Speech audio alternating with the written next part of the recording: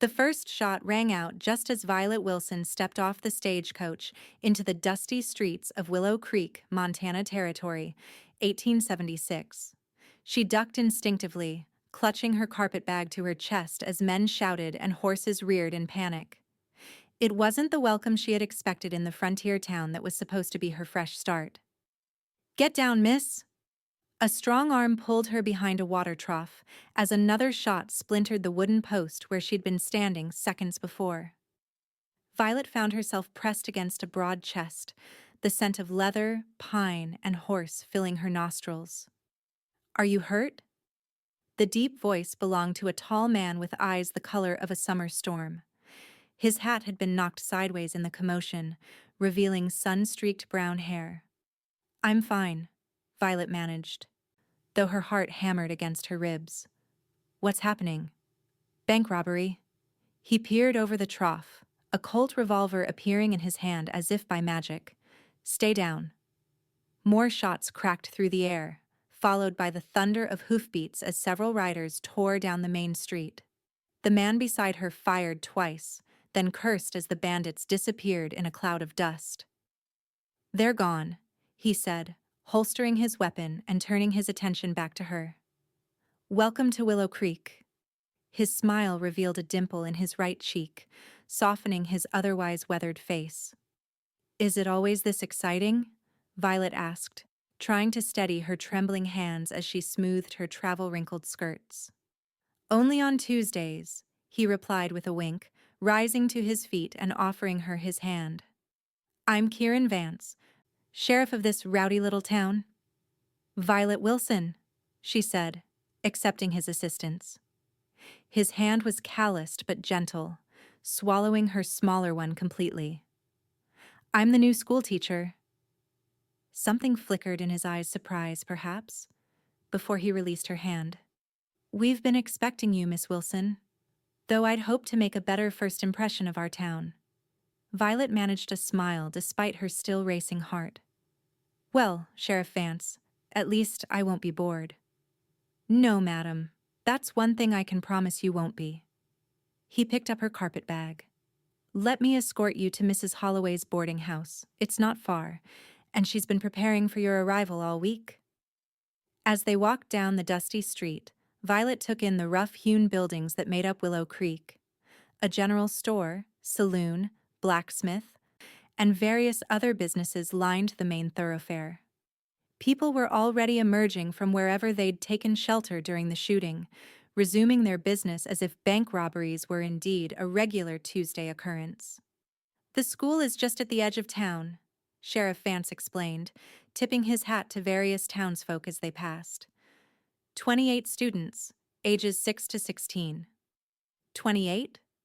Violet couldn't hide her surprise. In Boston, she'd assisted in a classroom of 12 and found it challenging enough. "This is cattle country, Miss Wilson. Ranches spread out for miles. Some of the older children ride in from as far as 10 miles away." "I see." Violet wondered, not for the first time, if she'd made a terrible mistake coming west. At 23, she'd never lived anywhere but Boston, surrounded by culture, libraries, and the comfort of the familiar. But after her father's death and the subsequent discovery of his gambling debts, she'd had little choice but to accept the teaching position advertised in the newspaper. "Having second thoughts already?" The sheriff's voice broke into her reverie. "Is it that obvious?" "Your face is an open book, Miss Wilson." His tone was kind rather than mocking. "But give it time. Willow Creek grows on you." They stopped in front of a 2-story white house with green shutters and a small, well-tended garden, easily the most civilized structure Violet had seen since arriving. "Mrs. Holloway keeps a proper house," Sheriff Vance said. "Best cook in the territory, too. You'll be comfortable here." The door opened before they reached it, revealing a plump woman with silver-streaked hair and a welcoming smile. "Oh, my stars! I heard the commotion. Are you all right, dear?" She hurried down the steps, wiping flour-covered hands on her apron. "Mrs. Holloway, this is Miss Wilson," the sheriff introduced. "She had an exciting introduction to our town." Those dreadful Blackwell brothers again. Mrs. Holloway clucked her tongue. Come inside, child. You look like you could use a cup of tea and something sweet. Thank you, Violet said, feeling oddly reluctant as Sheriff Vance handed her carpetbag to Mrs. Holloway. And thank you for your assistance, Sheriff. My pleasure, Miss Wilson. He tipped his hat. I imagine I'll be seeing you around town. Willow Creek isn't big enough to avoid anyone for long. I suppose not. Something in his gaze made her pulse quicken again, and this time she couldn't blame it on gunfire. School starts Monday, he reminded her. That gives you 4 days to settle in. If you need anything, my office is across from the general store. With that, he turned and walked away, his spurs making a faint jingling sound with each step. Violet watched him go, noting the easy confidence in his stride, the way other men nodded respectfully as he passed. He's a good man, our sheriff, Mrs. Holloway said, following Violet's gaze. Cleaned up this town something fierce when he arrived 3 years ago. Come along now, I've got buttermilk biscuits just out of the oven. As Violet followed her landlady inside, she couldn't help glancing back one last time. Sheriff Vance had stopped to talk to a man outside the general store, but as if sensing her gaze, he looked up. Even from this distance, she could see his smile before he touched the brim of his hat in a small salute. No, Violet thought as she stepped into her new home, she definitely wouldn't be bored in Willow Creek. The following morning, Violet awoke to unfamiliar sounds, roosters crowing, horses whinnying, and the distant lowing of cattle. For a moment, she lay disoriented in the narrow bed, wondering where the street vendors' calls and carriage wheels of Boston had gone. Then reality rushed back, and with it came both apprehension and excitement. She dressed quickly in a simple blue calico dress, pinning her thick auburn hair into a practical bun. Mrs. Holloway had already promised to show her the schoolhouse today, and Violet was eager to see where she would be teaching.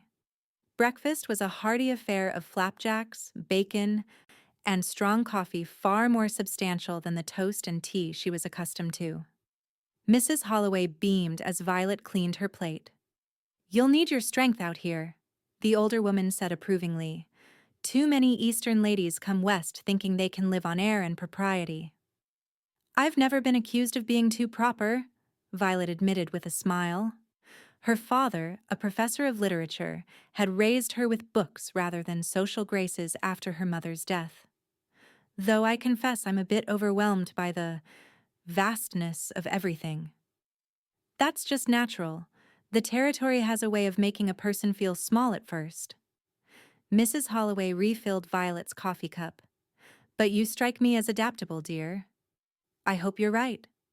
Violet glanced out the window at the bright Montana sunshine. Shall we see the schoolhouse?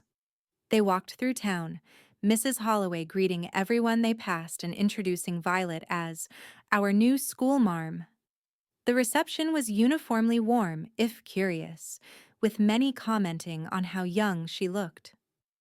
Don't let that worry you, Mrs. Holloway advised after one such encounter. These children need learning more than they need a gray-haired taskmaster. The schoolhouse itself was a simple one-room building of hewn logs with a bell tower. Inside, rows of benches faced a large slate board. A pot-bellied stove dominated one corner, and shelves lined the back wall, disappointingly sparse of books. It's not much compared to what you're used to, I expect, Mrs. Holloway said, watching Violet's face. Violet struggled to find the right word. It has potential. She ran her fingers along the teacher's desk, mentally cataloging what she would need. Are there any school supplies? Some chalk, slates for the younger children. The older ones bring their own paper when they can get it. And books? The Bible, of course. A few readers.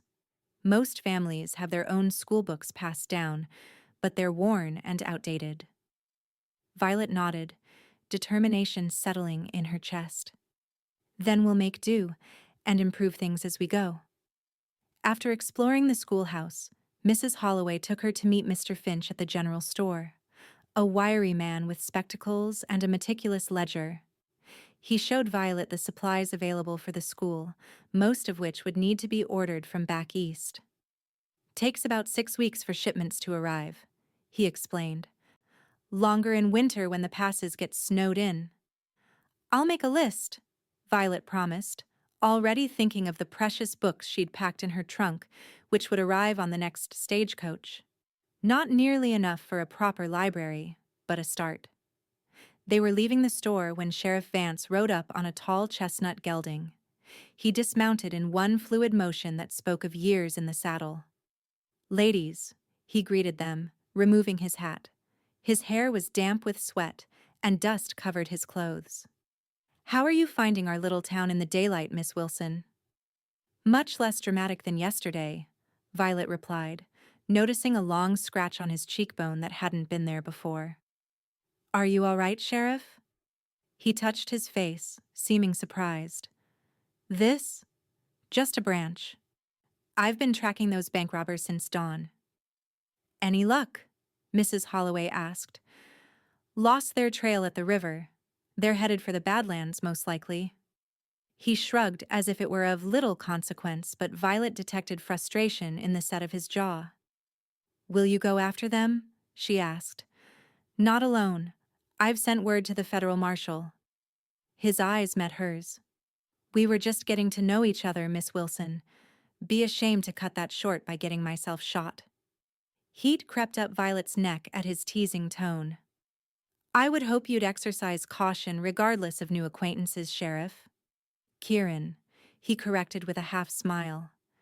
"Everyone calls me Kieran, except when they're in trouble." "Then I shall call you Sheriff Vance, as I have no intention of getting into trouble," Violet replied primly, though she couldn't help returning his smile. Mrs. Holloway chuckled. "I'll just step back inside and have another word with Mr. Finch," she said, giving Violet a knowing look before disappearing into the store. "I hear you've been to see the schoolhouse," Kieran said, looping his horse's reins around the hitching post.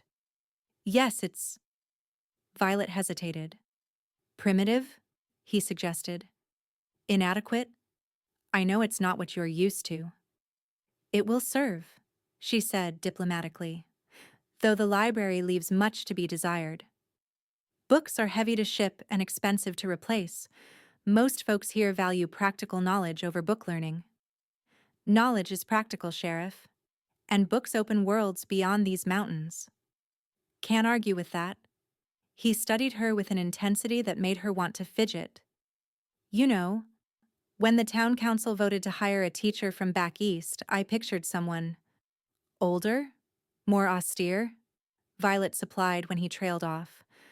"I assure you, I am qualified. I received a proper education and assisted at my father's academy for 3 years before coming west." "I wasn't questioning your qualifications." His voice softened. "Just surprised is all."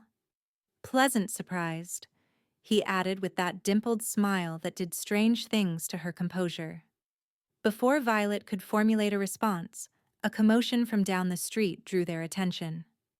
A wagon had pulled up in front of the doctor's office, and a man was calling urgently for help. "Excuse me," Kieran said, immediately alert. "Duty calls." He strode toward the disturbance, and Violet watched as he took control of the situation, helping to carry what appeared to be an injured man into the doctor's office. His competence was impressive, his authority unquestioned as he directed bystanders to assist or step back. Mrs. Holloway reappeared at Violet's elbow. "Mining accident by the looks of it," she said. "Poor souls work those hills for a dream that rarely comes true." "Is there much gold mining around here?" Violet asked, dragging her attention away from the sheriff. "Some. Mostly played out now. Cattle's the real business." Mrs. Holloway steered her away from the scene. "Speaking of which, we're invited to dinner at the Double Bar Ranch tomorrow. Henry and Margaret Caldwell, they have 3 children in school. Good people, solid. Henry's on the town council." "That's very kind of them," Violet said, though the thought of socializing with strangers was daunting. It'll be a chance for you to meet some of the families before school starts. Mrs. Holloway patted her arm. And don't worry about the sheriff. He seems quite taken with you already. Mrs. Holloway, Violet protested, feeling her cheeks warm. I've only just met the man, and I'm here to teach. Not to. Of course, dear, the older woman interrupted with a knowing smile. Now, let's get you back to finish unpacking. You'll want to look your best tomorrow. As they walked back to the boarding house, Violet found her thoughts drifting to Kieran Vance. There was something compelling about him beyond his handsome features, a steadiness, a sense that he was exactly where he belonged. It was foolish to be intrigued by a man she barely knew, especially when she needed to focus on establishing herself as an educator worthy of respect. Still, as she sorted through her meager belongings that afternoon, Violet couldn't help wondering which dress would be most appropriate for dinner at the Caldwells and whether Sheriff Vance might be there. The Double Bar Ranch sprawled across the valley, its main house a substantial two-story structure built of local timber and stone. As their wagon approached, Violet took in the corrals filled with horses, the bunkhouse where ranch hands lived, and the barns that spoke of prosperity and permanence. The Caldwells were among the first settlers here, Mrs. Holloway explained as Mr. Peterson, who had driven them in his wagon, helped them down. Came out in '58 and started with nothing but acclaim and determination. It's impressive, Violet admitted, straightening her best dress of forest green wool that brought out the flecks of gold in her hazel eyes.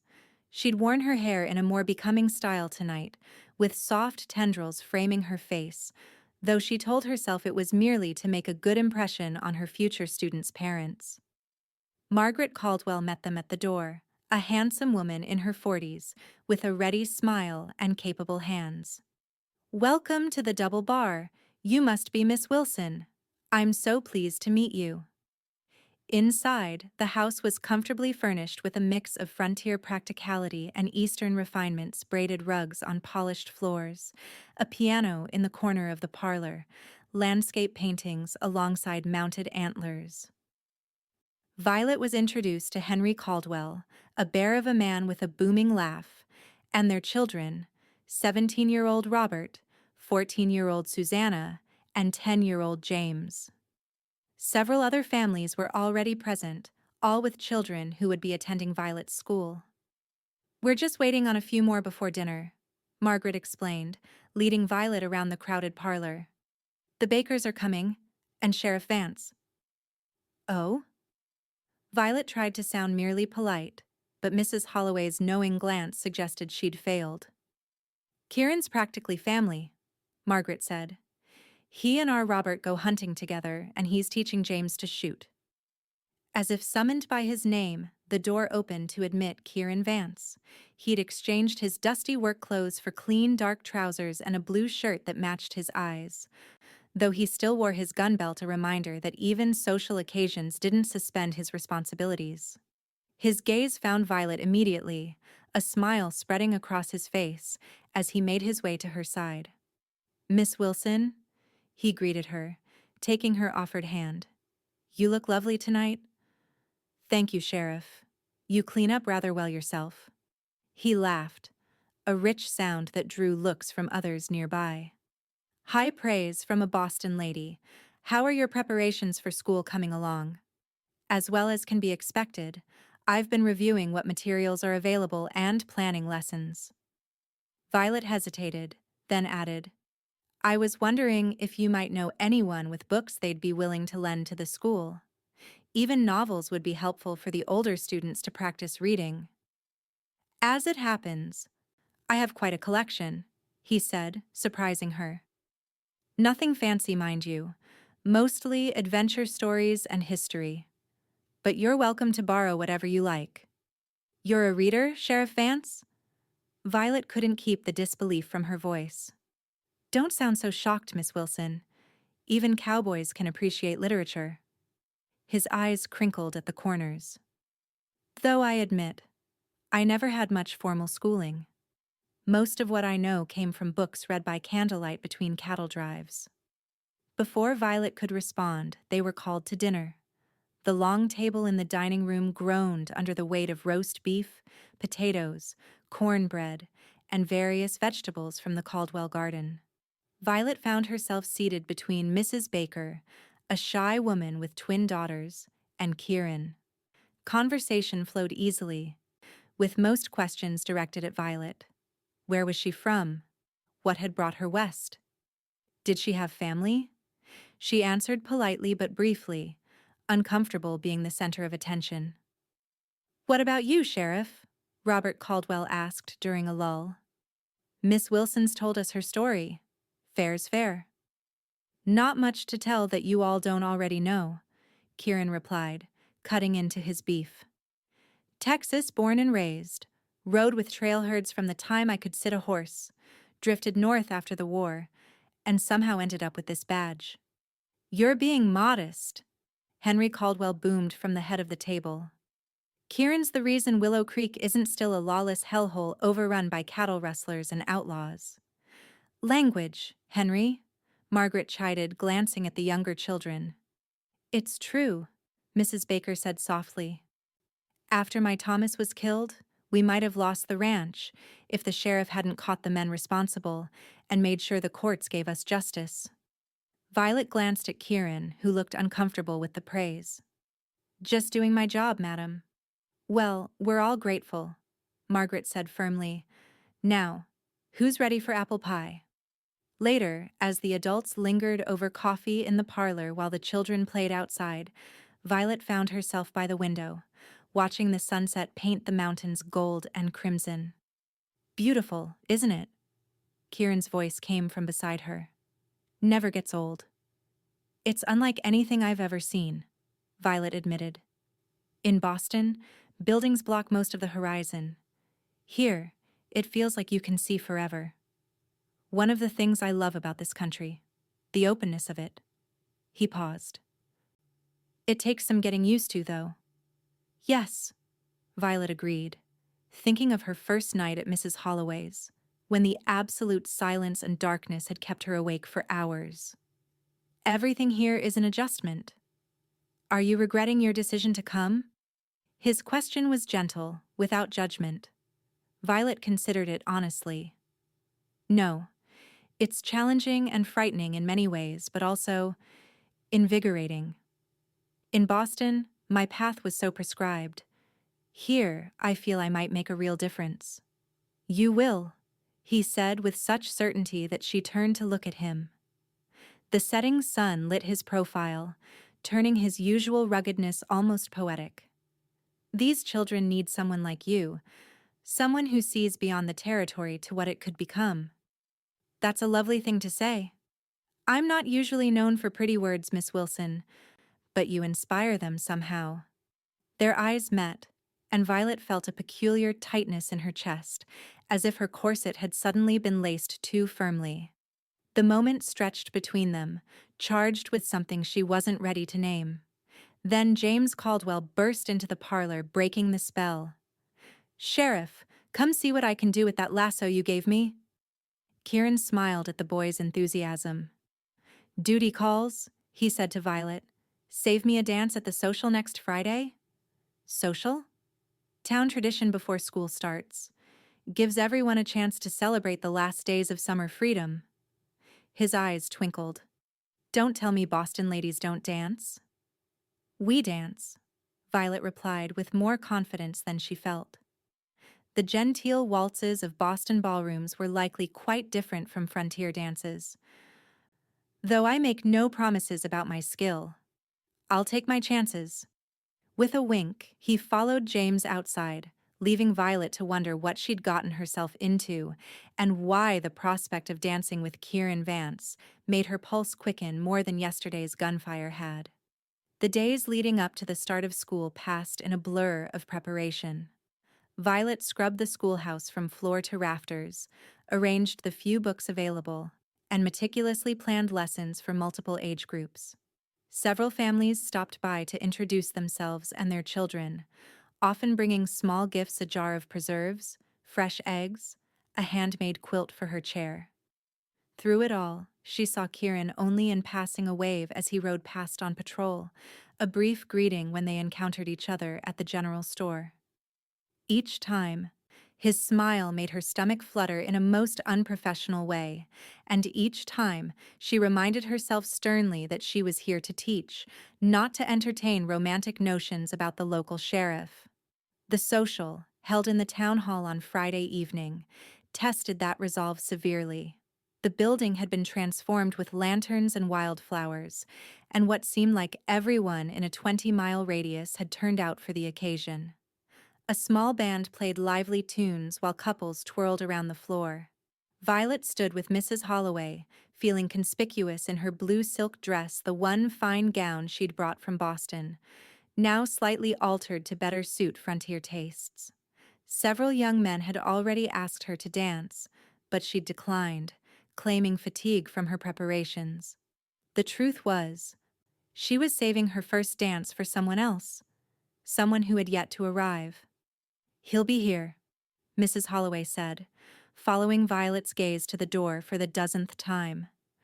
"Probably got held up with sheriff business." "I wasn't," Violet began, then sighed at her landlady's knowing look. "Is it that obvious?" "Only to someone who's watching." Mrs. Holloway patted her hand. "And he looks at you the same way, dear." Before Violet could respond, the door opened and Kieran entered. He'd clearly made an effort for the occasion, wearing a clean black vest over a white shirt, his hair neatly combed. He scanned the room, and when his eyes found Violet, a slow smile spread across his face.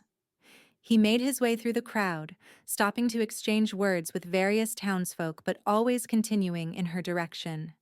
By the time he reached her, Violet's heart was beating entirely too fast for propriety. "Miss Wilson," he greeted her, hat in hand. "I was beginning to worry you'd changed your mind about that dance." "I believe you're the late one, Sheriff," she replied, trying to sound composed. "Had to break up a fight at the saloon. Occupational hazard." He offered his arm. "Shall we?" The band had just begun a waltz, familiar territory for Violet at least. She placed her hand on his arm, hyper-aware of the solid muscle beneath the fabric. On the dance floor, he drew her into proper form, one hand at her waist, the other holding hers. "I should warn you," he said as they began to move. "I learned to dance from an old trail cook who claimed to have been a dancing master in New Orleans. Results may vary." But his movements were sure and graceful, guiding her effortlessly through the steps. Violet, who had expected to be stepped on at least once, found herself relaxing into the dance. "You're full of surprises, Sheriff Vance," she said as he twirled her. "Reading, dancing. What other hidden talents are you concealing?" "Can't reveal all my secrets at once, Miss Wilson. Need to maintain some mystery." His hand was warm at her waist, respectfully placed but sending tingles through her nonetheless. "How about you? Any talents beyond taming wild children and quoting Shakespeare?" Violet laughed. "I play the piano poorly, sing even worse, and can bake a decent apple pie if the recipe is right in front of me." "Sounds perfect to me." The sincerity in his voice made her miss a step, but he smoothly corrected without drawing attention to her stumble. "Hardly the accomplishments most men seek in a wife," she said lightly. "Most men are fools." He held her gaze, and for a moment, the crowded room seemed to fade away. "Intelligence and spirit matter more than whether you can stitch a straight seam." The music ended before Violet could form a response. Kieran stepped back, releasing her but not breaking eye contact. "Thank you for the dance, Miss Wilson." "Violet," she said impulsively. "If I'm to call you Kieran, you should call me Violet." His smile deepened. "Violet," he repeated, as if testing the feel of her name. "It suits you." They were interrupted by Henry Caldwell, who clapped Kieran on the shoulder. "Stop monopolizing our new teacher, Vance. Some of us old married men want a turn too." With a laugh, Kieran stepped aside. "Far be it from me to deny anyone the pleasure of Miss Wilson's company." For the next hour, Violet danced with various fathers and young men, all eager to welcome the new schoolteacher. She enjoyed herself more than expected, finding the frontier dances less rigid and more joyful than Boston's formal affairs. Still, her gaze often sought out Kieran, who alternated between dancing with the ladies and speaking with the men gathered near the punch bowl. As the evening wore on, the band switched to livelier tunes. Violet was watching from the sidelines, catching her breath, when Kieran appeared beside her again. "One more dance?" he asked as a reel began. "Fair warning, this one's a bit more energetic than a waltz." "I'm afraid I don't know the steps," Violet admitted. "Neither does half the room." He nodded toward the dance floor, where couples were laughing as they tried to follow the patterns. "The fun is in trying." Against her better judgment, Violet allowed him to lead her into the dance. It was indeed chaotic, with couples forming lines and circles, switching partners and returning again. Kieran guided her through it with good-humored patience, his hand finding hers each time they came back together. By the end, Violet was breathless and flushed, her carefully arranged hair coming loose in tendrils around her face. When the music finally stopped, she found herself back in Kieran's arms, both of them laughing. "I think I've had enough dancing for one night," she said, trying to catch her breath. "Some fresh air, then?" he suggested, gesturing toward the doors that opened onto a small porch. The night was cool and clear. Stars scattered like diamond dust across the vast Montana sky. A few other couples had the same idea, speaking quietly in the shadows, but Kieran led Violet to an unoccupied corner. "You're a natural," he said, leaning against the railing beside her. "Most city folk take longer to adapt to our ways." "I'm hardly adapted," Violet replied, trying to pin back a loose strand of hair. "I'm still startled by coyotes at night and jumpy around horses." "But you're trying. That's more than some do." He reached out, gently tucking the wayward lock behind her ear. His fingers brushed her cheek, and Violet found herself holding her breath at the casual intimacy of the gesture. "Kieran," she began, not sure what she meant to say. "I like hearing you say my name," he interrupted softly. "Been wanting to hear it since the moment you stepped off that stage." The confession hung between them, too honest to ignore, too new to embrace. Violet looked away, focusing on the distant mountains rather than the intensity in his blue eyes. "Monday is my first day of teaching," she said, changing the subject. "I'm terrified I'll fail these children." "You won't." His certainty was unwavering. "But if you'd like, I could stop by. Sometimes a badge helps establish authority on the first day." Violet considered his offer. Having him there would be reassuring, but also distracting. "Thank you, but I should establish myself on my own." "Fair enough."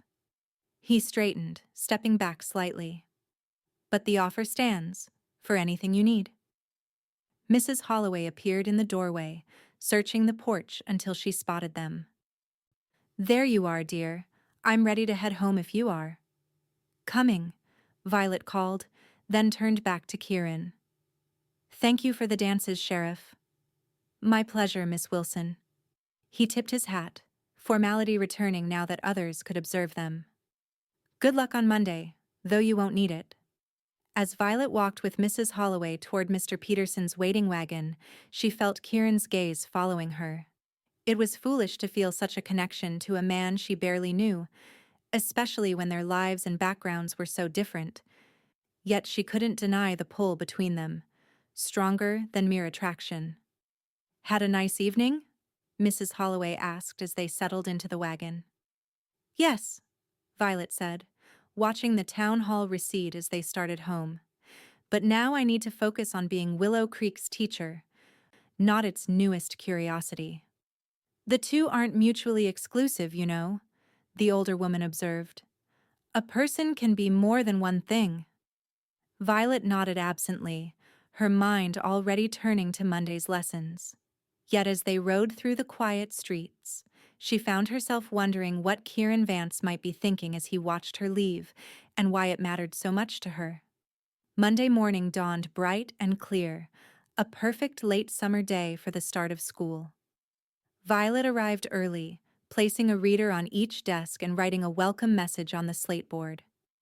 She'd worn her most authoritative dress, a high-necked navy blue with minimal trim, and pulled her hair into a severe bun. The children began arriving in groups, some on horseback, others on foot or in wagons with their parents. They filed in shyly, taking seats according to age. Violet greeted each one by name, having memorized the school roster Mrs. Holloway had provided. By 8 o'clock, all 28 students were present, ranging from tiny Emma Baker at 6 years old to Robert Caldwell, nearly a man at 17.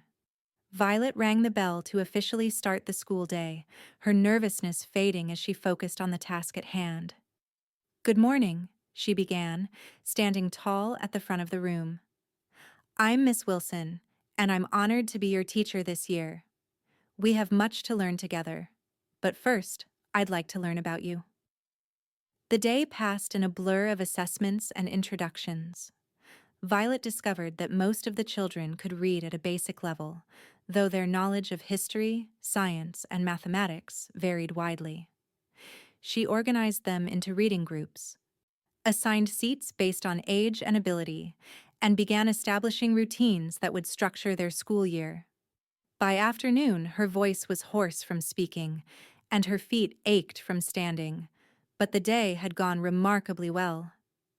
As she dismissed the students, many lingered to ask questions or show her treasures from their pockets: a pretty rock, a carved wooden horse, a pressed wildflower. She was erasing the board when a knock at the door made her turn. Kieran stood in the doorway, hat in hand. "Sheriff Vance," she greeted him, hoping her pleasure at seeing him wasn't too evident. "What brings you here?" "Just checking that none of these rascals gave you too much trouble on your first day." He stepped inside, looking around the schoolroom with approval. "Seems you've got everything well in hand." "They were perfect angels," Violet said with a smile, "though I suspect that won't last past the first week." Smart assumption. He approached her desk, where she'd been organizing papers. "I brought you something." From behind his back, he produced a small stack of books. "Thought these might help start that library you were hoping for." Violet took them reverently. Cooper's The Last of the Mohicans, Hawthorne's The Scarlet Letter, Dickens' David Copperfield, and several others. "These are wonderful, Kieran. The older students will be thrilled." "They're just collecting dust at my place." He shrugged, but she could tell he was pleased by her reaction. "I've read them all a dozen times." "Still, it's very thoughtful." She placed the books carefully on her desk, tracing the worn leather binding of David Copperfield with her fingertips. "Would you like some tea? Mrs. Holloway packed me enough for a small army." "I'd like that." They sat on the schoolhouse steps with tin cups of tea, watching the afternoon sun cast long shadows across the yard. "How did you really find your first day?" Kieran asked after a comfortable silence. "Challenging. Rewarding." Violet sipped her tea. "Some of the older boys tested me, of course, and the range of abilities is daunting, but they're eager to learn. Most of them. They're lucky to have you." "You haven't seen me teach?" she pointed out. "I could be terrible." "But you're not." He said it with such certainty that she didn't argue. "I can tell by how you arranged the room, how you prepared. You care about doing this right." "I do." She hesitated, then added, "My father was a teacher, the best I've ever known. He believed education could change lives, open doors. I want to honor that here." "Tell me about him," Kieran said, settling more comfortably on the step beside her. For the next half hour, Violet shared stories of her father, his passion for literature, his unorthodox teaching methods, his inability to manage money that had ultimately left her penniless upon his death. Kieran listened attentively, asking questions that showed genuine interest rather than mere politeness. "He sounds like a remarkable man," he said when she finally fell silent. "You must miss him terribly." "I do." Violet blinked back unexpected tears. "It's strange being so far from his grave, as if I've abandoned him somehow." "I don't think so," Kieran said gently. "Seems to me you're carrying on his work, just in a different place. That's a kind of remembrance, too." His understanding touched her deeply. "What about your family?" she asked, realizing how little she knew about his past. Something shadowed his expression briefly. "Not much to tell. Mother died when I was young. Father was a cattleman, taught me the business. He's gone now, too." "No siblings?" "Had a brother. Lost him in the war." The simplicity of the statement couldn't hide the pain behind it. He was the smart one. Should have been him sitting here talking about books, not me. "I'm sorry," Violet said softly, resisting the urge to take his hand. "Was he much older?" "2 years younger, actually. Thomas. Everyone called him Tommy." A sad smile touched Kieran's lips. He wanted to be a doctor. Had the brains for it, too. Instead, he died in a muddy field in Virginia at 19. The personal loss behind the national tragedy struck Violet anew. The war had ended 11 years ago, but its shadows still stretched long across the country. "Is that why you came north?" she asked. "After the war?" Kieran nodded. "Couldn't stomach Texas anymore. Too many memories." He set down his empty cup. "Drifted for a while, worked cattle drives, did some scouting for the army. Then fetched up here and somehow got talked into pinning on this badge." "And now you're bringing Shakespeare to school teachers," Violet said, trying to lighten the mood. "It worked." His smile returned, reaching his eyes this time. "Only the pretty ones." Violet felt herself blushing and stood abruptly. "I should finish up here. Early day tomorrow?" "Of course." Kieran rose as well, taking her empty cup. "Thank you for the tea and the conversation. Thank you for the books. They'll be treasured." He helped her lock up the schoolhouse, then walked her to Mrs. Holloway's, carrying her basket of teaching materials. At the gate, he handed it back to her, their fingers brushing in the exchange. "Good night, Violet," he said softly. "Good night, Kieran." As she watched him walk away, Violet knew she was in danger of developing feelings far deeper than the fleeting attraction she'd tried to dismiss. What troubled her more was the suspicion that it might already be too late to guard her heart. September slipped into October, bringing crisp mornings and golden afternoons. Violet settled into a routine, finding unexpected joy in the challenges of frontier teaching. Her students, initially wary of the Eastern lady with her proper speech and city ways, had warmed to her enthusiasm and genuine interest in their lives. She saw Kieran regularly, but rarely alone, a greeting on the street, a conversation after church, brief visits to the schoolhouse when he brought more books or checked that all was well. Each encounter left her more drawn to him, more aware of the connection growing between them despite her efforts to remain professionally detached. The first snow fell in late October, dusting the mountains and sending a clear message that winter approached. Violet had just dismissed her students for the day when she heard horses outside. Looking through the window, she saw Kieran dismounting alongside a stranger, a tall man with a silver badge on his coat. They entered without knocking, bringing a gust of cold air. "Miss Wilson," Kieran greeted her, more formal than usual in the presence of the other man. "This is Marshall Harrington from Helena.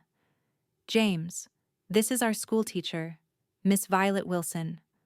"Madam," the marshal said with a respectful nod, "sorry to interrupt your day." "Not at all," Violet replied, noting the seriousness in both men's expressions. "Is something wrong?" "We've had word the Blackwell gang is heading this way," Kieran said, "probably planning to winter in the area before moving on in spring." "The bank robbers?" Violet remembered her eventful arrival in Willow Creek. Are they dangerous? Very, the marshal confirmed. They've killed 3 men that we know of, including a deputy in Miles City last month. We're organizing extra patrols, Kieran explained. I'd like you to be especially careful about staying in town after dark, and make sure the children don't wander off alone during school hours. Of course, Violet agreed, a chill that had nothing to do with the weather running through her. Do you expect trouble? Better to expect it and be wrong, Kieran said grimly. The Blackwells aren't likely to raid the town directly too many armed men, but they might target isolated homesteads or travelers. I've brought additional deputies, Marshal Harrington added. We'll be working with Sheriff Vance to secure the area. After the marshal stepped outside to check their horses, Kieran moved closer to Violet. I don't mean to frighten you, he said quietly, but I want you safe. I understand, she assured him, touched by his concern. I'll be careful. Good. He hesitated, then added, I might not be around as much for a while. The marshal and I will be scouting the likely hideouts in the foothills. Just... Violet struggled to find words that wouldn't reveal too much of her feelings. Be careful yourself. These children need their sheriff. Only the children? The question hung between them, heavy with meaning. Before Violet could answer, the marshal called from outside. Kieran held her gaze a moment longer, then nodded and turned to leave. Kieran, Violet said impulsively as he reached the door. He looked back, and she swallowed hard. Please come back safely. Something softened in his eyes. I will. That's a promise. The next 2 weeks passed in a state of heightened vigilance throughout Willow Creek. Men took turns standing guard at night, women traveled in groups, and children were kept close to home. Violet maintained a cheerful demeanor at school, not wanting to alarm her students, but she found herself jumping at unexpected sounds and peering anxiously down the road whenever riders approached. Kieran and the marshal's men were seldom seen, returning to town only briefly to resupply before heading back into the surrounding countryside. Rumors circulated the Blackwells had been spotted near the old mining camp. They'd robbed a stage 50 miles east. They'd fled to Canada. No one knew what to believe. On a Wednesday afternoon in early November, Violet was walking home from school when Mrs. Baker hurried up to her, face pale with worry. Have you seen my girls? She asked breathlessly. They didn't come home after school. They left with the others, Violet said, immediately concerned. Emma and Sarah Baker, 8-year-old twins, were usually escorted home by an older student. Who was supposed to walk with them today? Robert Caldwell, but he had to help his father with a sick horse. I thought they knew to wait for me. Alarm spread through Violet. Let's check the general store. They might have stopped for candy. But the twins weren't at the store, nor at the church where they sometimes played, nor at any of their friends' homes. As word spread of their disappearance, men organized search parties while women comforted the increasingly distraught Mrs. Baker. Violet was about to join a group searching the creek path when Kieran rode into town, dusty and grim-faced. He dismounted quickly when he saw the commotion. What's happened? He demanded. Henry Caldwell explained the situation while Kieran listened intently, his expression darkening. How long have they been missing? About 2 hours, Mrs. Baker sobbed. My babies. We'll find them, Kieran assured her. Mr. Peterson, take 4 men and check the north road. Mr. Caldwell, you and your boys take the creek. Mr. Finch, get together anyone who knows tracking and meet me at the school in 10 minutes. His calm authority brought order to the chaos. As the men dispersed to their assigned areas, Kieran turned to Violet. Did you notice anything unusual today? Strangers watching the school? The girls acting differently? Violet thought hard. No strangers, but Emma was excited about something at lunch. She whispered to Sarah, and they were giggling. I assumed it was just sister secrets. Could be nothing, could be something, Kieran said. Show me their desks. They hurried to the schoolhouse, now empty and shadowed in the fading afternoon light. Kieran examined the twins' desks thoroughly, finding nothing until he checked under Emma's seat. "What's this?" He held up a small carved wooden horse. "I've never seen that before," Violet said, frowning. "It's not like Emma to hide toys." Kieran turned the horse over in his hands. "This is fine work, not a child's carving." He showed her a mark burned into the bottom, a stylized JB inside a circle. "James Blackwell's mark. He's known for his whittling." Fear clutched at Violet's heart. "You think the Blackwells took them?" "Maybe." Kieran's face was grim. "Or maybe they're using the girls to set a trap." "For whom?" "Me, the marshal." He pocketed the wooden horse. "Stay here, Violet. I need to gather the men." "I'm coming with you," she insisted. "I know those girls. If they're frightened, a familiar face might help." "It's too dangerous." "Those children are my responsibility," Violet said firmly. "And I'm coming whether you approve or not." Kieran looked like he wanted to argue but instead nodded curtly. "Stay close to me. Do exactly as I say. And if there's trouble, you run. Understood?" "Yes." Within minutes, a group of 12 men had assembled, armed with rifles and determination. Kieran showed them the wooden horse and explained his suspicions. "Blackwell's using the girls as bait," he concluded. "They've been watching the town, learning our patterns. They know taking children will draw us out." "Then what's the plan, Sheriff?" Mr. Peterson asked. "We can't leave those little ones with those animals." "We don't," Kieran agreed. "But we're not walking blindly into their trap either." He spread a rough map on the schoolhouse steps. "The old Cooper mine is the most likely place. It's defensible, hidden, and close enough for them to watch the town." He outlined a strategy: half the men would approach openly from the main trail as expected, while Kieran would lead the rest through a more difficult route from the rear of the mine. Violet would stay with the first group, well behind the advance scouts, ready to comfort the girls once they were rescued. As the men checked their weapons and prepared to leave, Kieran pulled Violet aside. "Last chance to stay in town," he said quietly. "I'm going," she replied, lifting her chin. "Those girls trust me." Something flickered in his eyes: respect, worry, and something deeper she couldn't name. "Stay with Mr. Finch. He's a good man in a fight." "Be careful," Violet said, echoing her words from weeks before. "The Blackwells aren't worth dying for." "No," Kieran agreed, his gaze intense. "But you and those girls are worth fighting for." Before she could respond, he rejoined the men, issuing final instructions. Moments later, they were riding out of town, Violet perched uncomfortably on a borrowed mare, praying they weren't too late.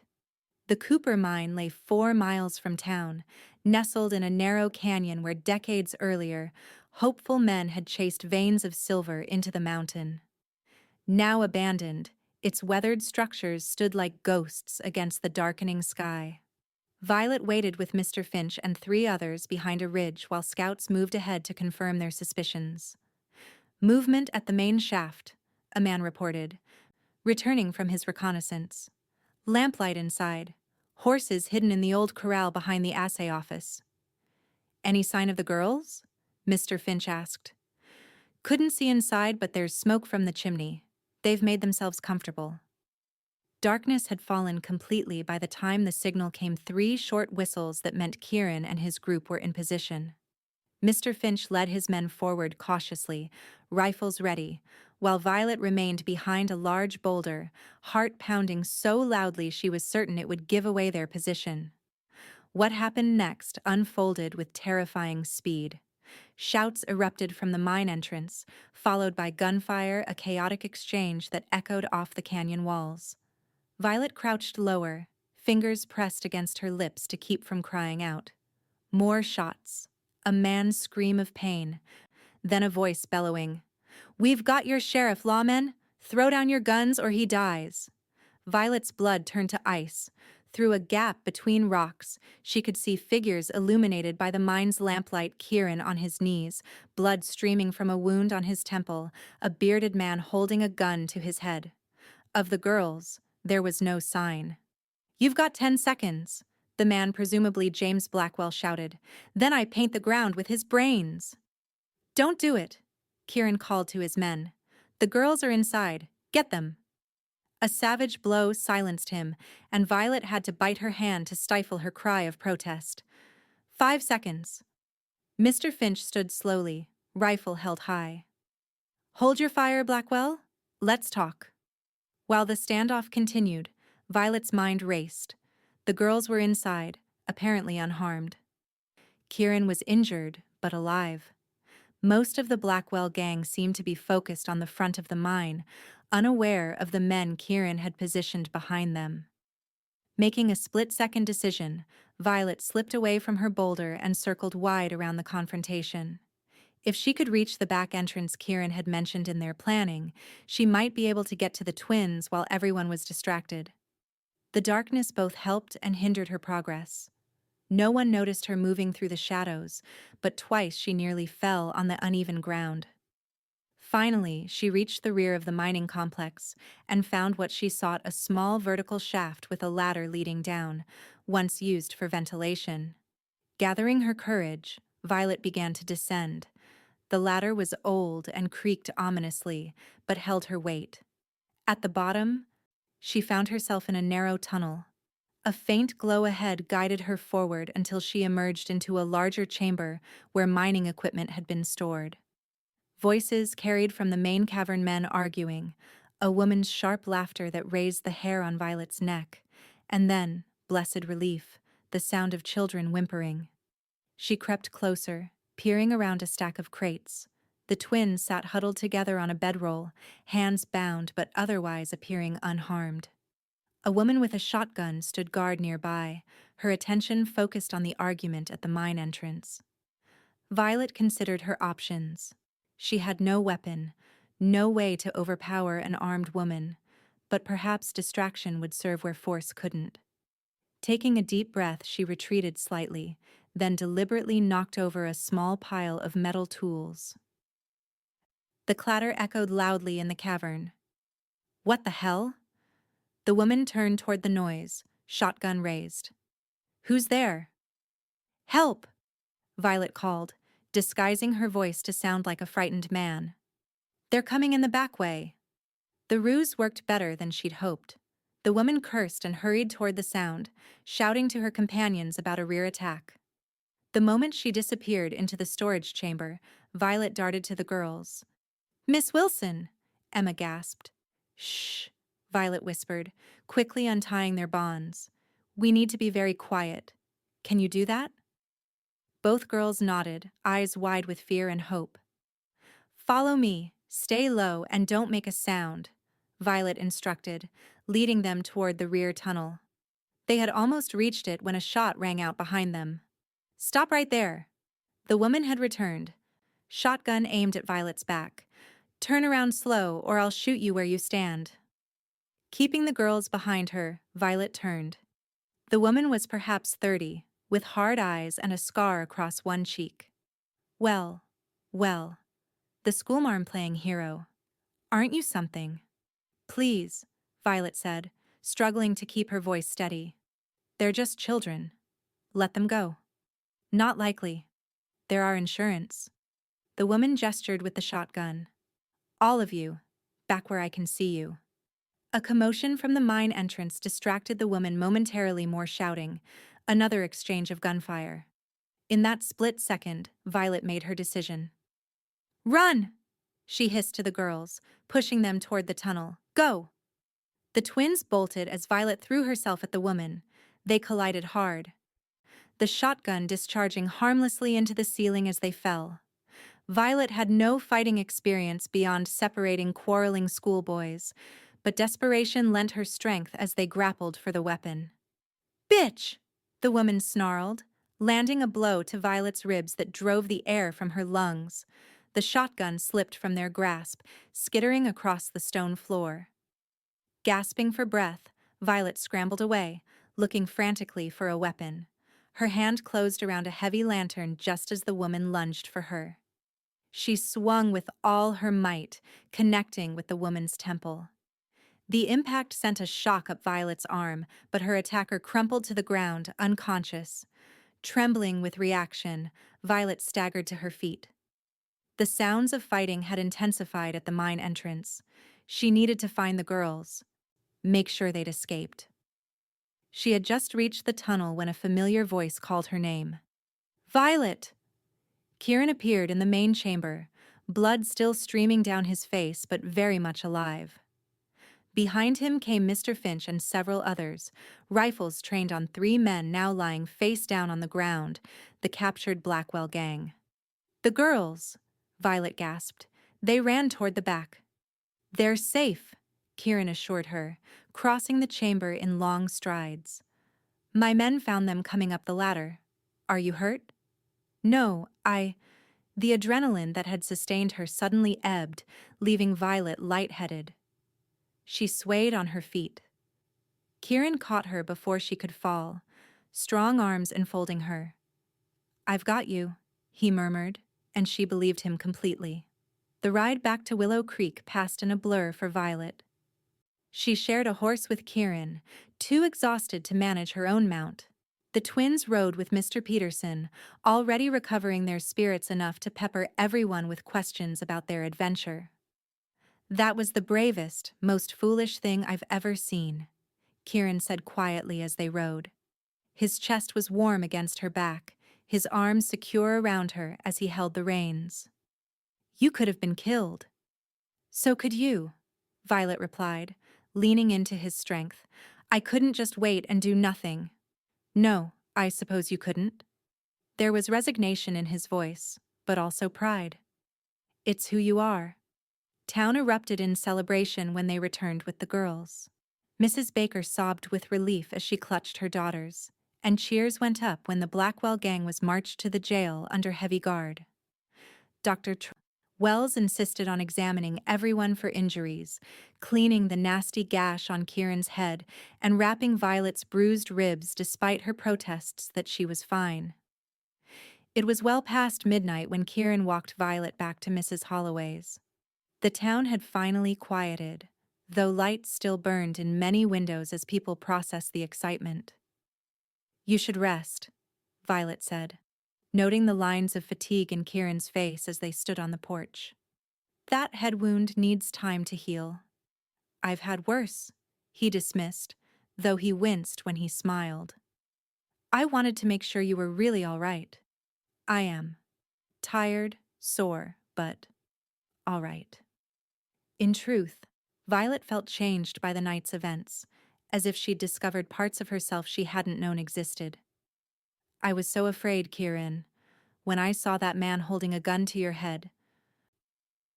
I was more afraid when I realized you'd gone after the girls alone, he admitted. If anything had happened to you... He broke off, emotion making his voice rough. In the silence that followed, Violet felt the last barriers between them crumbling. Why?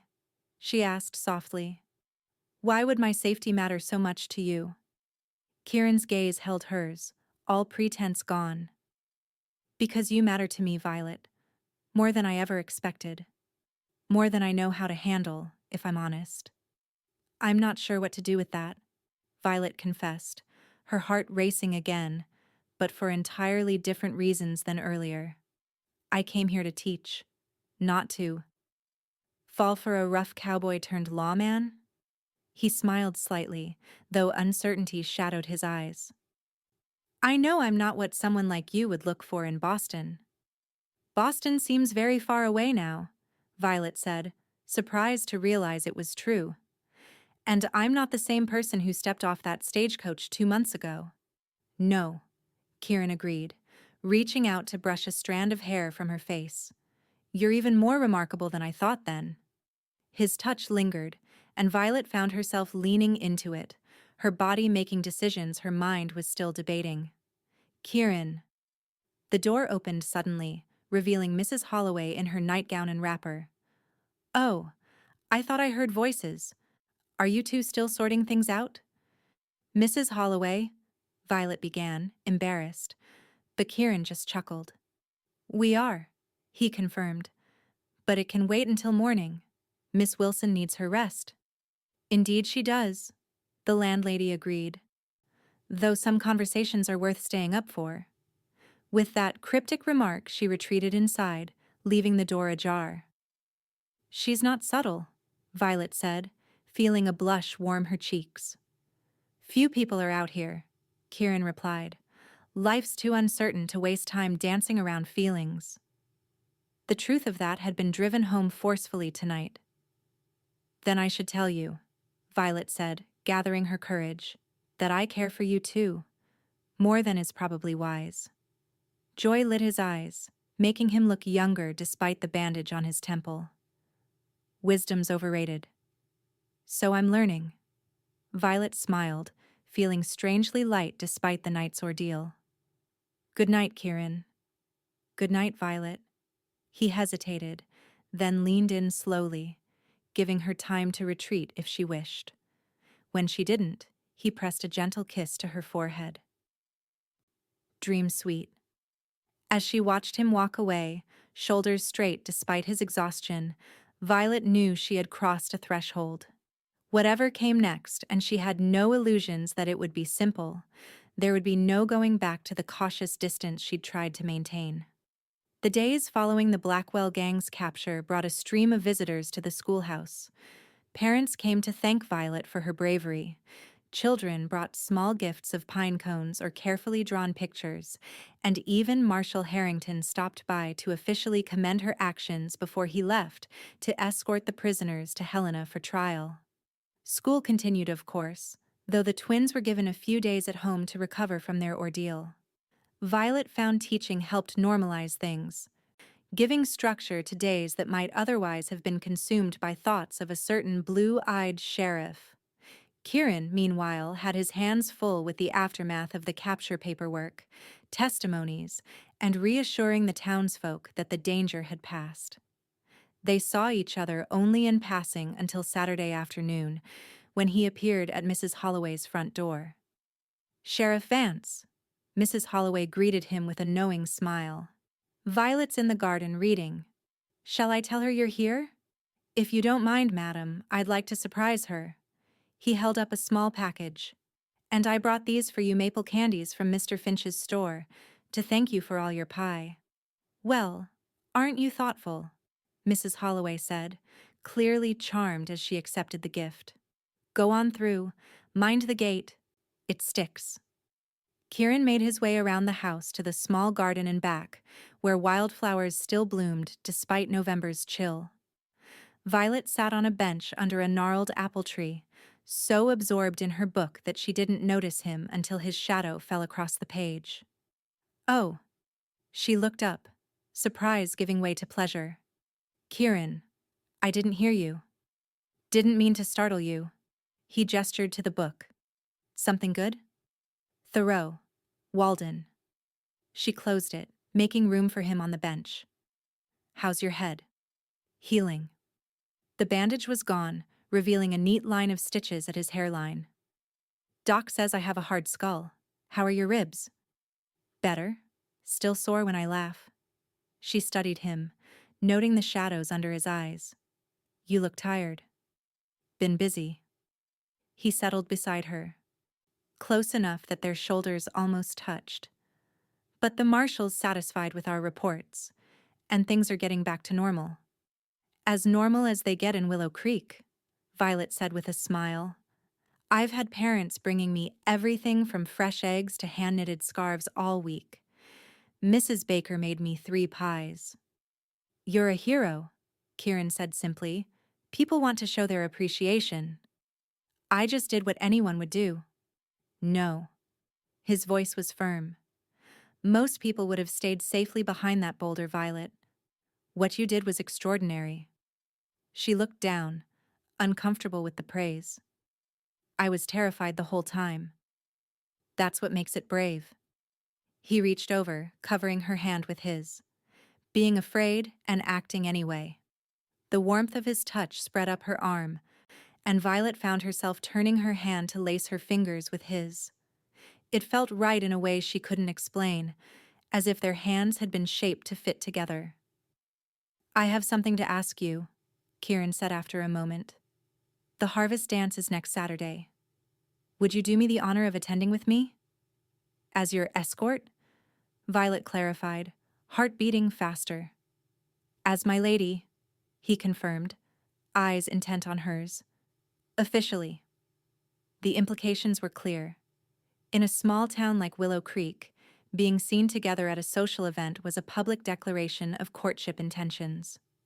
"People will talk," she said, though it wasn't really an objection. "They already are." His thumb traced circles on her palm. "Might as well give them something worth talking about." Violet laughed, then winced as her ribs protested. "Yes," she said when she'd caught her breath. "I'd be honored to attend with you, Sheriff Vance." His smile was like sunrise breaking over the mountains. "Good." They sat together in the garden until the air grew too chill to ignore, talking about everything and nothing: his patrols, her students, books they'd both read, places they'd seen. It was the longest conversation they'd had without interruption, and Violet savored every moment. When he finally rose to leave, promising to pick her up at 6 the following Saturday, Violet walked him to the garden gate. There, hidden from the street by Mrs. Holloway's climbing roses, Kieran paused. "I've been wanting to do something for weeks now," he said, voice low. "If you'd rather I didn't, just say so." Violet's breath caught as he stepped closer. "What might that be?" "This." He bent his head, giving her ample time to step away. When she didn't, his lips met hers in a kiss so gentle it was barely more than a whisper of contact. Violet had been kissed before twice, by earnest young men at literary society gatherings. Neither experience had prepared her for the jolt of connection she felt as Kieran's mouth moved softly against hers, or the way her body seemed to melt toward his of its own accord. When he drew back, his eyes were darker, pupils expanded. Was that all right? Words failed her, so Violet answered by rising on tiptoe and pressing her lips to his again, less hesitantly this time. His arms came around her carefully, mindful of her injured ribs, and she felt the solid strength of him as the kiss deepened. It was Kieran who finally ended it, pulling back with obvious reluctance. "If Mrs. Holloway sees us, she'll have me proposing by Christmas," he murmured, though his expression suggested the idea wasn't entirely unwelcome. "We wouldn't want to be predictable," Violet replied, feeling wonderfully lightheaded. "No, indeed." He touched her cheek once more, then stepped back. "Until Saturday, Miss Wilson." "Until Saturday, Sheriff." As she watched him walk away, Violet pressed her fingers to her lips, still tingling from his kiss. For the first time since arriving in Willow Creek, she felt not like a visitor or even a newcomer, but like someone who belonged, someone who had found her place not just in a town, but in a heart. The harvest dance transformed the town hall into an autumn wonderland, with corn shocks, pumpkins, and colorful leaves decorating every surface. Lanterns cast a warm glow over the proceedings as farmers and ranchers celebrated the end of the growing season with music, food, and fellowship. Violet wore her best dress, the blue silk from the previous social, but adorned now with a new lace collar she'd purchased from Mr. Finch's store. Mrs. Holloway had helped her arrange her hair in an elegant style, with soft curls framing her face. "You look beautiful, dear," the landlady assured her as they waited for Kieran to arrive. "He won't know what hit him." As if on cue, a knock sounded at the door. Kieran stood on the porch, freshly shaved and dressed in a dark suit that transformed him from rugged lawman to handsome gentleman. His eyes widened appreciatively as he took in Violet's appearance. "You're stunning," he said simply, offering her a small bouquet of late-blooming wildflowers. "These pale in comparison, but I thought you might like them." "They're perfect," Violet assured him, touched by the gesture. The flowers went into a vase while Kieran endured Mrs. Holloway's fussing and veiled comments about young people stepping out together. Finally, they escaped to the street, where a light snow was beginning to fall, the first of the season. Kieran offered his arm, and Violet took it, acutely aware of every point where their bodies connected. "You really do look beautiful," he said, as they walked toward the sounds of fiddle music drifting from the town hall.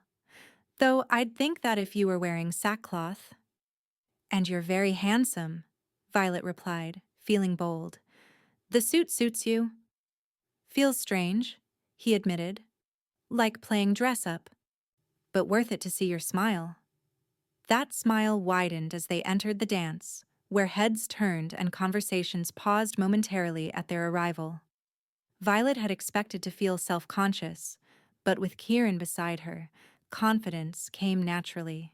They danced every set together, from lively reels to gentle waltzes. Between dances, Kieran introduced her to ranchers and their wives from outlying areas, people she hadn't yet met, whose children might eventually attend her school. Everyone was welcoming, and if some of the older women exchanged knowing glances when they saw Kieran's hand at the small of her back, Violet chose not to notice. During a break in the music, they stepped outside for fresh air. The snow was falling more heavily now, dusting Kieran's shoulders and catching in Violet's hair like diamonds. "Cold?" he asked, noticing her slight shiver. "A little," she admitted, "but it's beautiful." Without hesitation, he removed his jacket and draped it around her shoulders. The warmth of his body lingered in the fabric, enveloping her in his scent, clean soap, leather, and something uniquely him. "Better?" "Much." She smiled up at him, wondering how she'd ever thought him intimidating. "Thank you for tonight. I'm enjoying myself more than I expected." "Oh?" His eyebrow quirked. "What were you expecting?" "To feel out of place," she confessed. "I still do sometimes, you know. As if I don't quite belong here yet." "Yet," he repeated, focusing on that one word. "Does that mean you're planning to stay?" The question carried weight beyond the simple inquiry. Violet considered it carefully before answering. "When I first came, I thought of this as temporary," she said slowly. "A year or two of adventure before returning to civilization. But now—" "Now?" he prompted when she trailed off. "Now I'm finding reasons to stay." She met his gaze directly, letting him see the truth in her eyes. Something in Kieran's expression shifted, hope replacing uncertainty. "Good reasons, I hope." "Very good ones," she confirmed softly. He stepped closer, one hand coming up to brush snowflakes from her cheek. "Violet, Sheriff!" The call came from down the street, urgent and demanding. "Sheriff Vance!" Kieran's expression flashed from tenderness to alert professionalism in an instant. He turned to see Mr. Peterson running toward them, face flushed with exertion and alarm. "What is it?" Kieran demanded as the man reached them. "Fire at the Holloway place?" Mr. Peterson gasped. "Lightning hit the oak tree out back, spread to the roof. They're trying to put it out now." "Mrs. Holloway?" Violet asked, fear clutching at her heart. "Is she—" "She's safe," Mr. Peterson assured her. "Was already here at the dance when it happened." "Thank God," Violet breathed, but relief was short-lived as she realized the implications. "My things." "Come on," Kieran said, already guiding her toward the commotion visible at the far end of town. "Peterson, round up any men still sober enough to help." They hurried through the snowy streets, Violet hitching up her skirts to match Kieran's long strides. As they drew closer, they could see flames licking at the roof of Mrs. Holloway's boarding house. A bucket brigade had formed from the town pump, and men were passing water from hand to hand, while others tried to salvage furniture and belongings from the lower floor. Mrs. Holloway stood watching in her dance finery, tears streaming down her lined face. "Oh, Violet!" she cried when she saw them. "Your room. I'm so sorry." Kieran didn't hesitate. "Which window?" East side, second floor, Mrs. Holloway replied, but it's too dangerous. He was already moving, shouting orders to the firefighters as he went. Violet watched in horror as he disappeared into the burning building, her heart in her throat. He'll be all right, Mrs. Holloway said, though she looked far from certain. That man's too stubborn to die in a fire. The minutes stretched endlessly as smoke billowed from the upstairs windows. Just as Violet was preparing to go in after him, Kieran emerged from the front door, carrying her trunk and coughing violently. His face was streaked with soot, his shirt singed in places. Got it, he managed between coughs as he set the trunk down safely away from the flames. Your books, papers, most of your clothes. You could have been killed, Violet said, torn between gratitude and anger at his recklessness. It's just things, Kieran. Important things? He corrected, still wheezing slightly. Your father's books. Your teaching materials. Before she could respond, a loud crack split the air as part of the roof collapsed. The firefighters redoubled their efforts, but it was clear the upper floor was lost. The best they could hope for now was to contain the blaze and prevent it from spreading to neighboring buildings. Through the long, cold night, the town fought the fire together. Women provided coffee and food for the men working the bucket line, while children carried blankets and bandages for those with minor burns and injuries. Violet moved among them, helping where she could, always aware of Kieran's tall figure directing operations at the heart of the effort. By dawn, the fire was finally extinguished, leaving Mrs. Holloway's once charming house a blackened shell. The lower floor had been largely saved, but the upper rooms where Violet and two other boarders had lived were destroyed. Where will you stay? Kieran asked, as they stood surveying the damage in the gray light of morning. They were both exhausted, clothes stained with smoke and water. The Caldwells offered me a room, Violet said, thinking of Margaret's kind invitation. Just until other arrangements can be made. Kieran nodded, though something in his expression suggested he had more to say. Before he could speak, Mrs. Holloway approached, her usual cheerfulness dimmed but not extinguished. Insurance will cover rebuilding, she announced. Mr. Finch just confirmed it. We'll have a new roof over our heads by spring. That's wonderful news, Violet said, genuinely relieved for her friend. And until then? My sister and Helena has been after me to visit. Seems like a good time.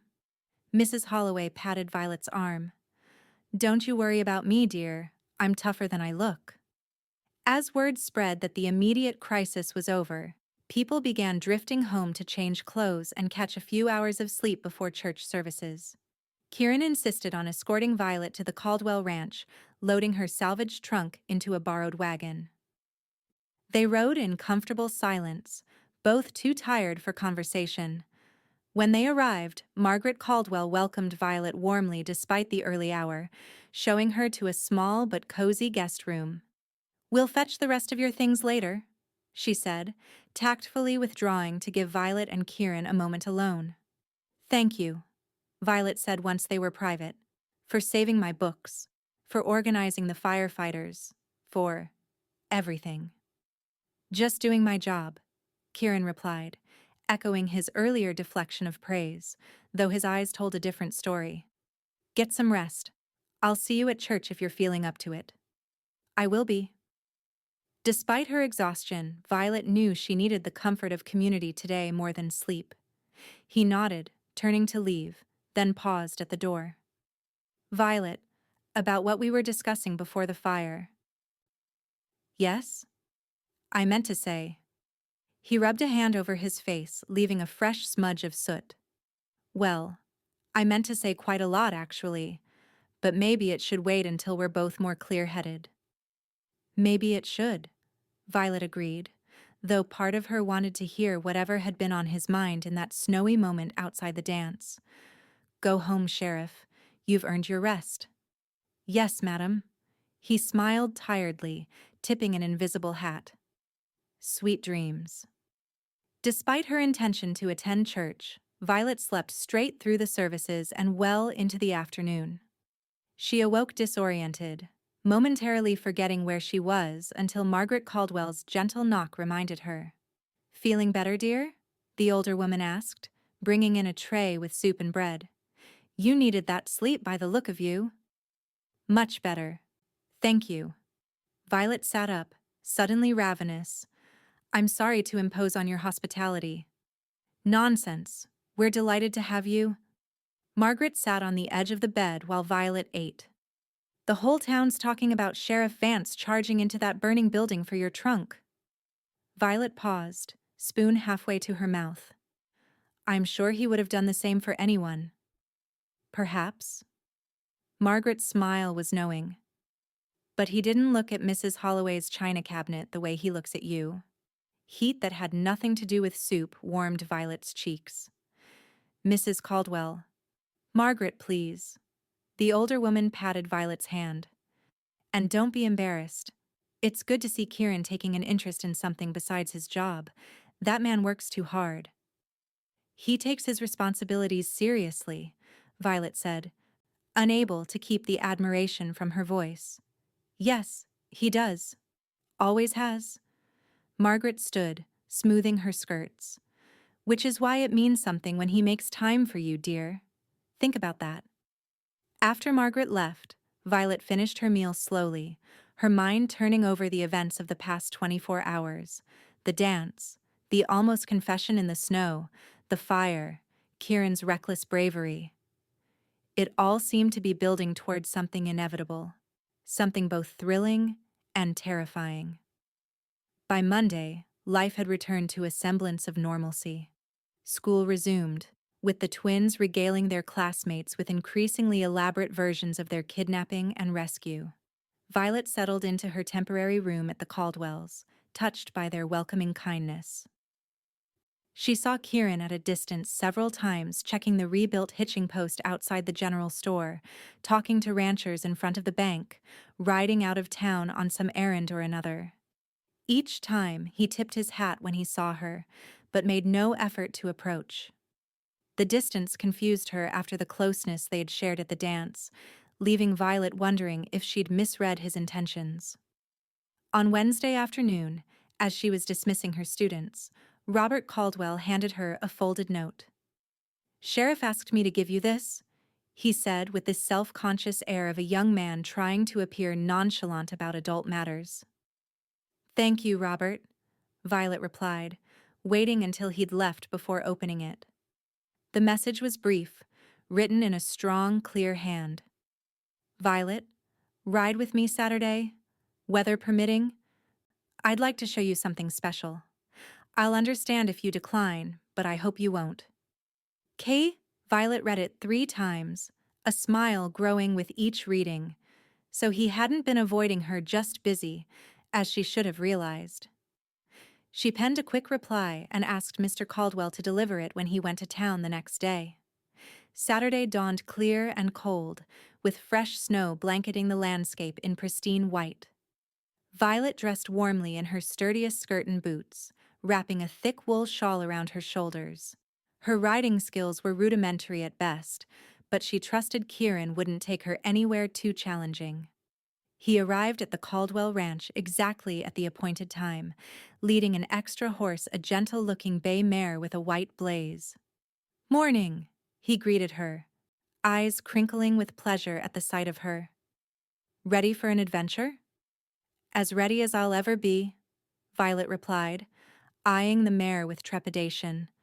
"Though, I should warn you, I'm not much of a horsewoman." "Daisy here is the sweetest mount in the territory," Kieran assured her, helping her into the saddle. "She practically steers herself." Once they were both mounted, Kieran led them away from the ranch, following a trail that wound through snow-covered meadows toward the foothills. The day was gloriously clear, the air so crisp it seemed to crystallize with each breath.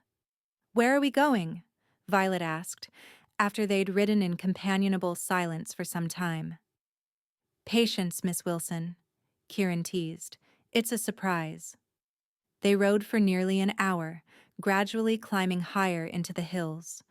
Violet marveled at the landscape, so different from the crowded streets of Boston, vast, wild, and achingly beautiful in its winter dress.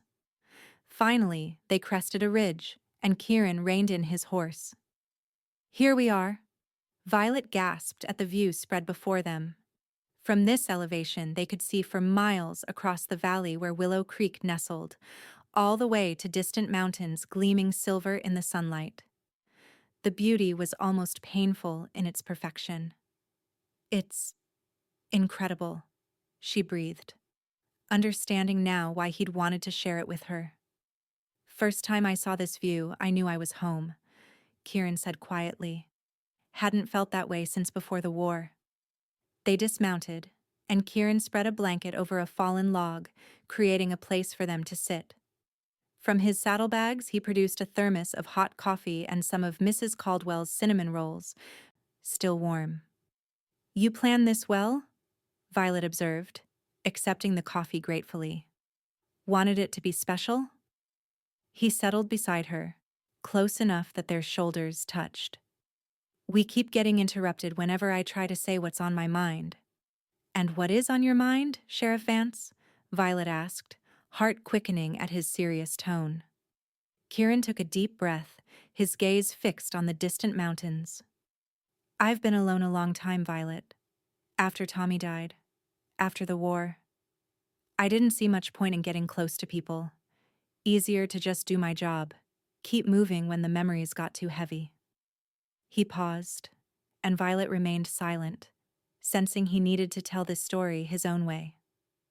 "Then I came to Willow Creek," he continued. "Found something I wasn't looking for, a place to belong. People who needed me for more than just a gun or a badge. Started putting down roots without even realizing it." He turned to face her then, eyes the exact blue of the winter sky above them. "And then, you stepped off that stagecoach, right into the middle of a shootout, and nothing's been the same since." "Is that good or bad?" Violet asked softly. "The best thing that's happened to me in years," Kieran said without hesitation. "You've brought something back to life in me, Violet. Something I thought was long dead." The naked emotion in his voice made her throat tighten. "Kieran, I know it hasn't been long," he continued, reaching for her gloved hand. "And I know we come from different worlds. You're educated, cultured. I'm just a cowboy with a badge and more scars than accomplishments." "That's not how I see you at all," Violet protested. "You're the most honorable, capable, kind man I've ever known." His smile was brief but genuine. "Kind words. But the fact remains, I can't offer you the life you had in Boston theaters, libraries, society." "I didn't come west expecting those things," Violet pointed out, "and I've found compensations I never anticipated." "Like what?" "Space to breathe. Children who truly value education because it's not taken for granted. Community that means something real." She paused, gathering her courage. "And you?" Hope flared in his eyes. "Violet, what I'm trying to say badly is that I've fallen in love with you. Probably started the moment you stood up to me about books being practical, if I'm honest with myself." Though she'd sensed where the conversation was heading, hearing the words spoken aloud sent a wave of joy through Violet so intense it was almost painful. "I love you too," she whispered, the truth of it resonating through her entire being. "I've been fighting it, telling myself it was too soon, too impractical, but—" "But?" he prompted when she hesitated. "But my heart wasn't listening to my head," she finished with a small laugh. "It's been yours almost from the start." The tension left Kieran's shoulders, and he reached up to cup her face with a tenderness that made her breath catch. "May I kiss you, Violet Wilson? Properly this time, without Mrs. Holloway's roses to hide behind?" "Please," she murmured, already leaning toward him.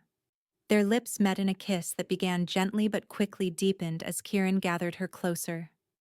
Violet wound her arms around his neck, all thoughts of propriety forgotten as they expressed without words what they'd just confessed. When they finally parted, both breathing harder, Kieran rested his forehead against hers.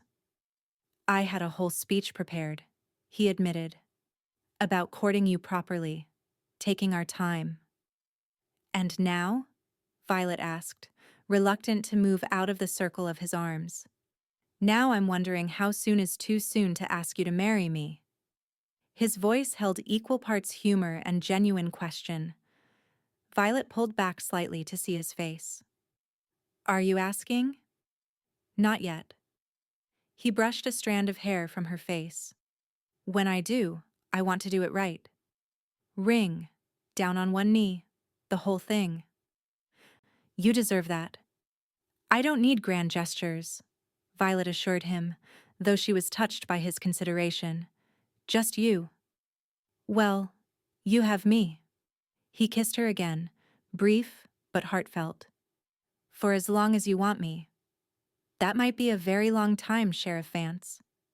I'm counting on it, Miss Wilson.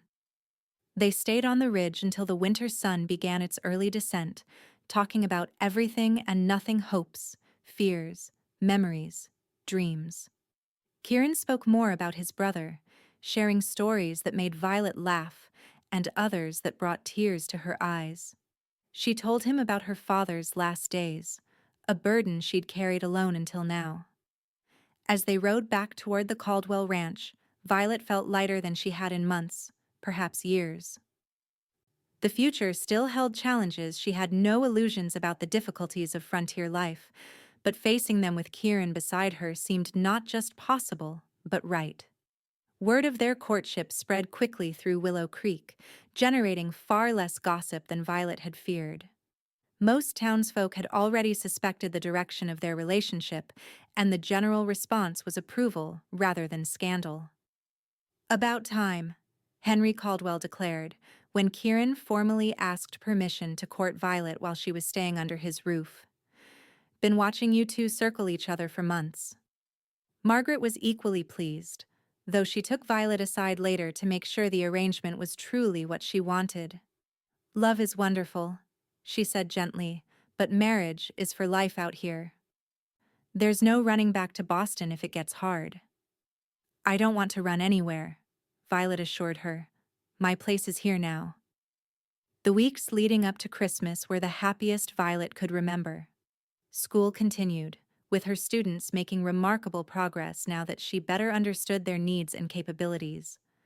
The Caldwells insisted she remain with them through the winter, an arrangement that suited everyone, especially as it allowed Kieran to visit her in a respectable setting. They established a routine Sunday dinners with the Caldwells, Wednesday evening reading together by the fire, and Saturday rides when weather permitted. Kieran began joining Violet at the schoolhouse occasionally, teaching the older boys tracking and survival skills while she worked with the younger children on their letters. Working together, they complemented each other perfectly. Kieran's practical knowledge balanced Violet's academic approach, and the children thrived under their combined attention. More than once, Violet caught herself imagining a future where this was their shared life, teaching, building, creating a home together. On Christmas Eve, the entire community gathered at the church for carols and celebration. Snow fell gently outside as voices raised in song, candles flickered, and children fidgeted in anticipation of the next day's festivities. Kieran sat beside Violet, their shoulders touching as they shared a hymnal. When the service ended, he helped her into her coat and escorted her outside, where townspeople exchanged holiday greetings in the softly falling snow. "Walk with me?" he asked, nodding toward the town square where a large pine had been decorated with paper stars and candles. Hand in hand, they strolled through the magical scene, greeting friends and admiring the Christmas tree. When they reached the far side of the square, away from the crowd, Kieran drew Violet into the shadow of the livery stable. "I have something for you," he said, producing a small package wrapped in brown paper and tied with a red ribbon. "Wanted to give it to you privately. But we agreed to exchange gifts tomorrow at the Caldwells," Violet protested, though she accepted the package. "This one's special." He looked uncharacteristically nervous. Go on, open it. Violet carefully untied the ribbon and unwrapped the paper to reveal a small velvet box. Her heart began to race as she lifted the lid. Inside lay a ring, a delicate gold band set with a small, perfect sapphire surrounded by tiny diamonds. It was beautiful, but not ostentatious. Exactly what she would have chosen herself. Kieran, she breathed, looking up to find him watching her intently. It was my mother's, he explained. One of the few things I kept when I left Texas. Never thought I'd have anyone to give it to until you came along. To Violet's astonishment, he dropped to one knee in the snow, taking her free hand in his. Violet Wilson, you've changed everything for me. Shown me that life can be more than just surviving, that love is worth the risk of loss. Would you do me the extraordinary honor of becoming my wife?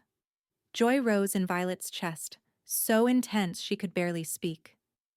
Yes, she managed, tears blurring her vision. Yes, Kieran, I will. He rose and took the ring from the box, sliding it onto her finger with hands that trembled slightly. It fit perfectly, as if it had been made for her. I love you, he said, gathering her close. More than I have words to express. Show me, Violet whispered, raising her face to his. Their kiss was tender at first, then deepened with the promise of all they would share. When they finally parted, both breathless, Violet rested her head against Kieran's chest, listening to the strong, steady beat of his heart. When?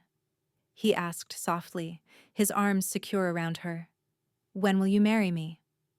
Violet considered the practical aspects. The schoolhouse needed a new roof, Mrs. Holloway's boarding house was still being rebuilt, and the heavy snows of January and February would make travel difficult for those living outside town. Spring, she decided, when the wildflowers bloom. We can be married in the meadow where you first told me you loved me. Perfect, Kieran agreed, pressing a kiss to her temple. Though it's a long time to wait. We have the rest of our lives, Violet reminded him, feeling the weight of his mother's ring on her finger, a tangible symbol of the future they would build together. And I've discovered I'm very good at patience, Sheriff Vance. He laughed, the sound mingling with the distant carols still floating from the church. Have you now, Miss Wilson? That's not how I remember our first meeting. Well, perhaps you bring out my impulsive side, she conceded with a smile, but that's not always a bad thing. No, he agreed, taking her hand as they began walking back toward the celebrations. Sometimes it leads to the best adventures. The news of their engagement spread through town by Christmas dinner, met with congratulations and knowing smiles. The Caldwell children teased them good-naturedly, while Henry offered heartfelt blessings and Margaret wiped away sentimental tears. Winter settled over Willow Creek in earnest after the holidays, bringing blizzards that sometimes kept Violet and her students snowbound at the schoolhouse until paths could be cleared. Through it all, Kieran was a constant presence, checking that she had enough firewood, accompanying her on school visits to outlying ranches, reading with her by lamplight on long winter evenings. They made plans for their future together, a small house on the edge of town that would be close enough for Violet to continue teaching while giving them privacy and room to grow. Kieran spoke of adding a study filled with books, while Violet imagined a garden and, perhaps, someday, a nursery. As winter reluctantly gave way to spring, Willow Creek experienced its own rebirth. Mrs. Holloway returned from Helena to oversee the final touches on her rebuilt boarding house. The school received its new roof, paid for by a successful fundraising social organized by the town's women. And on a perfect May morning, with wildflowers carpeting the meadow just as she'd envisioned, Violet Wilson became Violet Vance. The entire town turned out for the celebration, with even Marshall Harrington making the journey from Helena to stand as Kieran's best man. Margaret Caldwell helped Violet prepare, lending her a lace veil that had been in her family for generations. Something borrowed, she said, carefully arranging it over Violet's auburn hair, now styled in soft curls. "You look beautiful, my dear." Violet's wedding dress was simple but elegant ivory silk ordered from St. Louis, with pearl buttons down the back and a modest train. As she waited in the Caldwell's wagon for her cue to join the gathering, she felt not nervous but certain, as if every step of her journey had been leading to this moment. When the fiddles began playing and she walked through the wildflowers toward Kieran, Violet knew she had found her true home. He watched her approach with such love in his eyes that she nearly forgot to breathe. "You've been mine from the start," he whispered when she reached him, too softly for anyone else to hear. "From the very first moment." They spoke their vows beneath the vast Montana sky, pledging to love and honor each other through whatever life might bring. As Reverend Johnson pronounced them husband and wife, Kieran drew Violet into a kiss that sealed their promise, heedless of the cheers and applause surrounding them. The celebration lasted well into the night, with dancing, feasting, and heartfelt toasts from their friends and neighbors. When they finally slipped away to the small cabin Kieran had prepared for their first night as husband and wife, the stars were bright overhead, mirroring the joy Violet felt within. "Happy, Mrs. Vance?" Kieran asked as he carried her across the threshold. "Completely," she assured him, drawing his head down for another kiss. "And you?" "More than I ever thought possible." He set her gently on her feet, keeping her within the circle of his arms. "When you stepped off that stagecoach, I never imagined we'd end up here." "No?" Violet smiled up at him. "Even though I've been yours from the start?" "Even then." His expression grew serious, tender. "I love you, Violet. Whatever comes, whatever challenges we face, remember that." "I will," she promised, her heart full to overflowing. "And I love you, Kieran Vance. My cowboy, my sheriff, my husband." As he lowered his lips to hers once more, Violet knew with absolute certainty that she had found where she belonged, not in a place, but in a person. The Boston society girl who had arrived in Willow Creek less than a year ago, frightened and alone, had discovered strength she never knew she possessed, and love more profound than she'd dared to dream. Together, they would write their own story in this wild, beautiful land, a story of love, growth, and the home they would build with their own hands and hearts. And it all began with a stagecoach, a bank robbery, and a cowboy who stole her heart with his quiet strength and unexpected depth, a cowboy who had claimed her, in his own words, from the very start.